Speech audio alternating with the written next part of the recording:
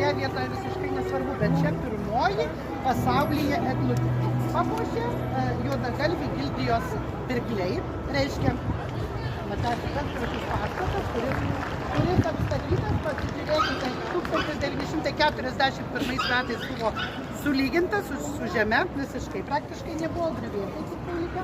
Na ir po to atstatytas ir netgi prieš COVID, kada buvo restauruojama Rygos pilis,